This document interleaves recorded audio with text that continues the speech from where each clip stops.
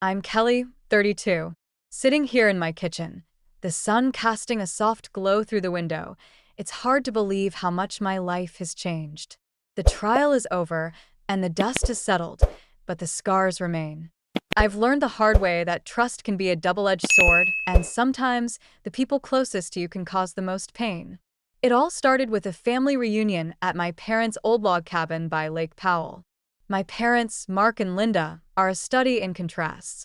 Dad is a laid-back guy, always with a beer in hand and a joke on his lips. Mom, on the other hand, is a bit of a control freak, always worrying about the details and getting annoyed when things don't go as planned. I've always been the responsible one in the family. I live in a small townhouse in Denver, Colorado, and I work as a data analyst at a tech startup. I've spent years saving every penny, building up my savings account to give myself a sense of security.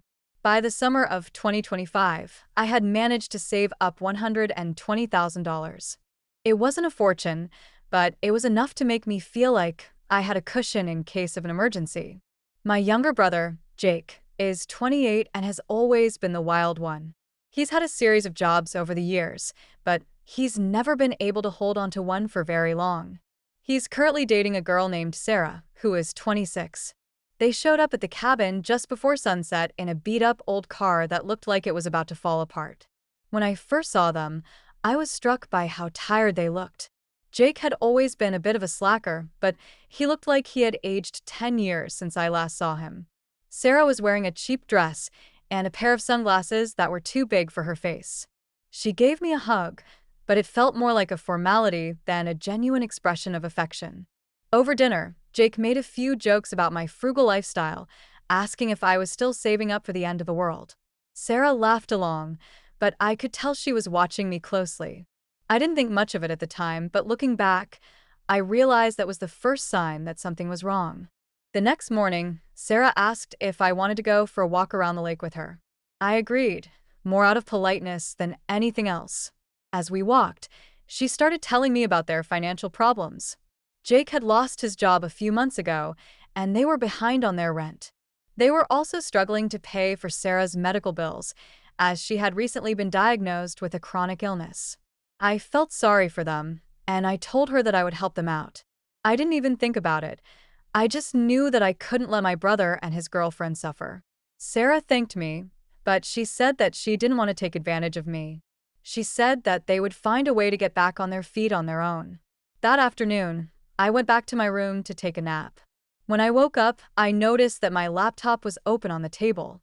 I had left it closed when I went to sleep, so I knew that someone had been in my room. I checked my bank account, and to my horror, I saw that all of my savings had been transferred to an unknown account. I felt like my world had come crashing down around me. I couldn't believe what I was seeing. I called the bank, but they told me that the transfers had been made using my login credentials. They said that there was nothing they could do to reverse the transactions. I was devastated. I had worked so hard for so long to save up that money, and now it was all gone. I felt like a fool for trusting Jake and Sarah.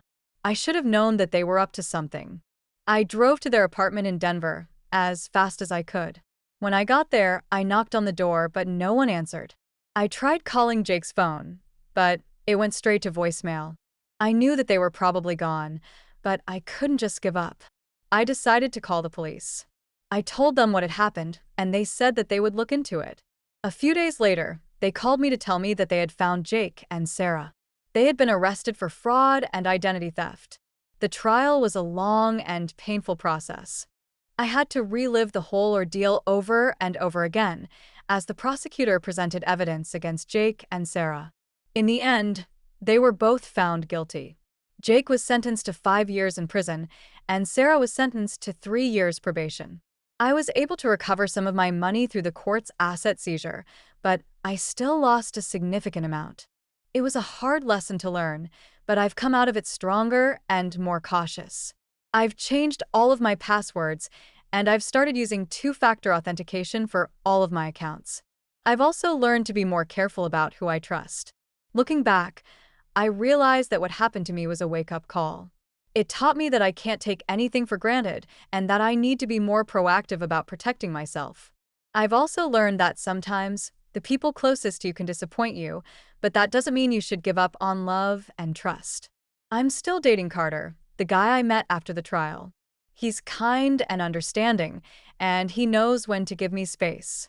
I haven't told him everything about what happened, but I know that I will eventually. For now, I'm just focusing on moving forward and building a new life for myself.